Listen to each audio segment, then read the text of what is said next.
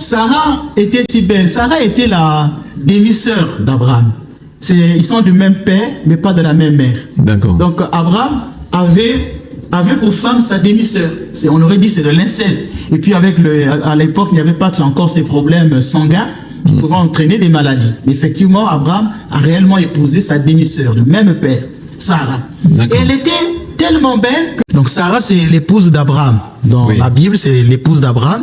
C'est la seconde femme à apparaître dans la Bible après Ève.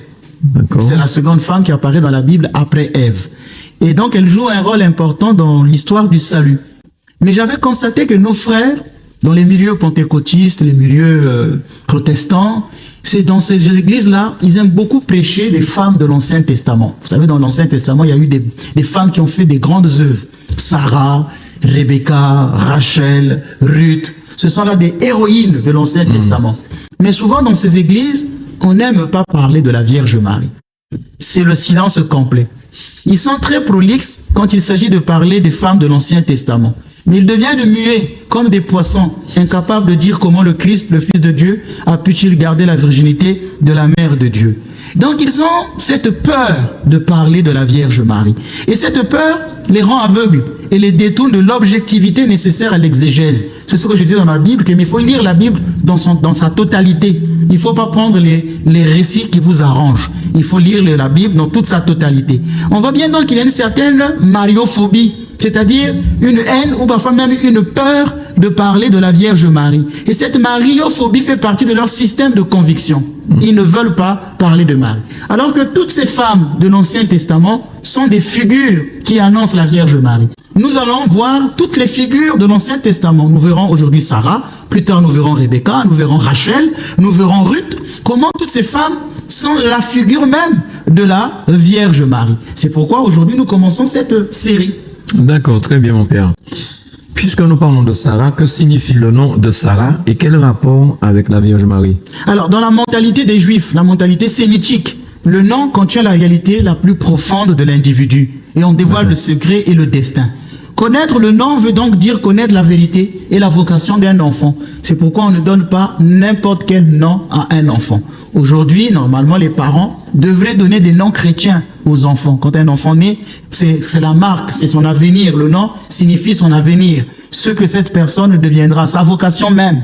On ne donne pas n'importe quel nom. C'est pourquoi dans la Bible, Dieu souvent change les noms des personnes. Saraï, au début c'était Saraï, après il lui donnera le nom de Sarah. Abraham, c'était Abraham, il donnera Abraham. Saoul de Tarse, c'était Saoul de Tarse, il donnera le nom de Paul. Donc Simon-Pierre, vous voyez que c'était Simon, il donne le nom de Pierre, Képhas, donc la pierre. Donc vous voyez que le nom est sacré, on ne donne pas n'importe quel nom. Vous appelez Emmanuel. Oui, Emmanuel. Voilà, Emmanuel signifie Dieu avec nous. Donc vous voyez que vous portez là le grand nom de Noël, Dieu est avec nous, Emmanuel. Donc le nom, faut connaître le nom, c'est quelque chose de sacré. C'est pourquoi dans l'église orthodoxe, quand on baptise, on donne le nom chrétien. Si jamais la personne a déjà un nom chrétien, pas la peine. Dernièrement, j'ai baptisé un homme qui s'appelait Jean-Christophe. J'ai dit non, mais tu as déjà le nom d'un saint. Tu gardes le nom de Jean. Par contre, j'ai connu une dame qui s'appelait Marville. Je ne connais pas de sainte qu'on appelle Marville. J'ai dit non, je te donne le nom de Salomé. Donc vous voyez que il faut connaître le nom. Et donc Sarah signifie princesse. Le nom de Sarah signifie princesse. Et dans la Genèse, Sarah est d'abord au début nommée Saraï, qui signifie en hébreu madame, la dame, ma princesse, madame. Et Dieu la nomme ensuite Sarah, un nom hébreu qui signifie tout simplement dame, princesse ou noble. D'accord. Mais là, il y a une intention de Dieu. Au début, il s'appelle madame, ma princesse. Mais Dieu dit non, tu t'appelleras princesse, tu t'appelleras dame. Pourquoi? Dieu veut préparer les esprits à reconnaître qu'une sainte devrait être appelée madame, ma princesse, c'est la Vierge Marie. Donc le Seigneur ne fait pas les choses au hasard. Saraï s'appelait ma princesse, madame. Mais Dieu dit non, non, non, non, non. C'est les yeux tournés vers toi que je crée la future dame, qui sera la Vierge Marie. Tu ne peux pas prendre son qualificatif. Et donc Dieu lui dit non, tu t'appelleras tout court princesse, tu t'appelleras tout court dame, parce que madame, ma princesse, sera la Vierge Marie. Et en effet, le nom de Marie, en araméen, ce nom-là signifie dame, maîtresse.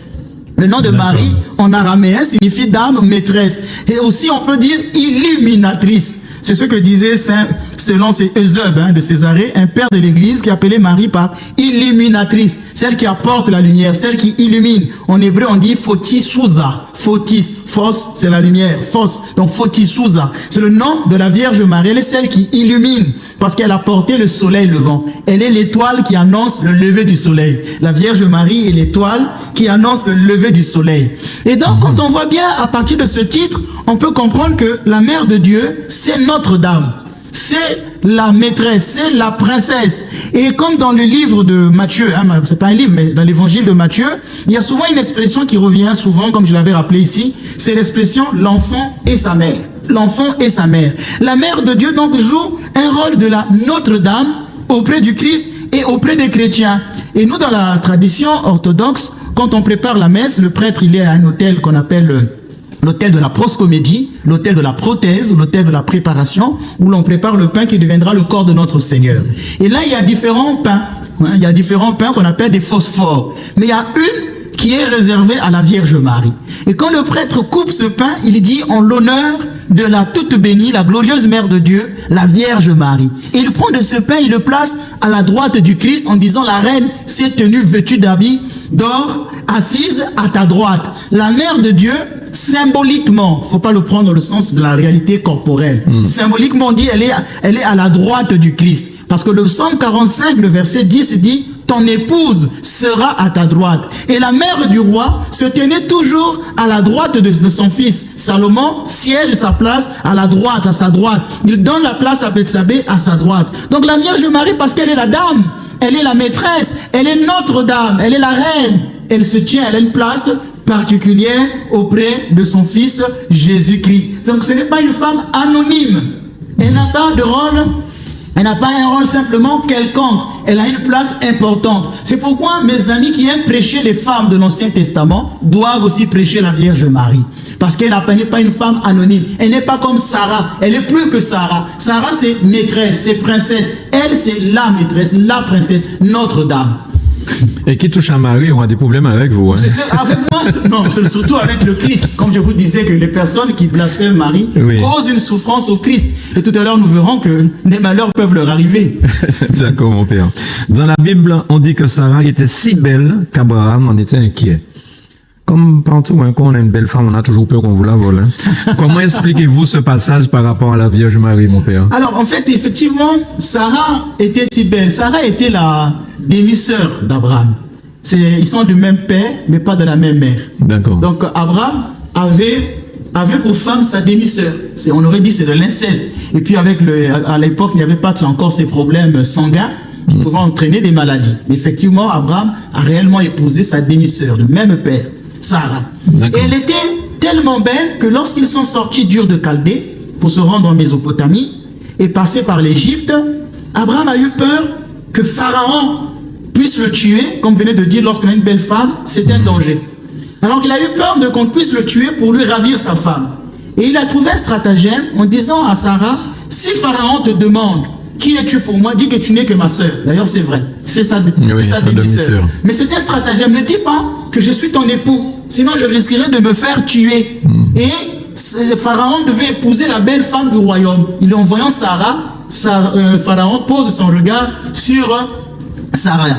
Et va le mettre dans sa maison. Mais Dieu va finir par frapper Pharaon et toute sa maison. Il y aura des maladies, il y aura des morts. Parce que la femme d'Abraham ne doit pas être touchée par un autre homme. Et c'est comme ça que le Pharaon connaîtra que c'est la femme d'Abraham et fera des reproches à Abraham et le chassera de son royaume. C'est une très belle histoire. Ah oui. C'est une très belle histoire qui montre que Sarah, non seulement elle est belle, mais elle doit être touchée par aucun autre homme.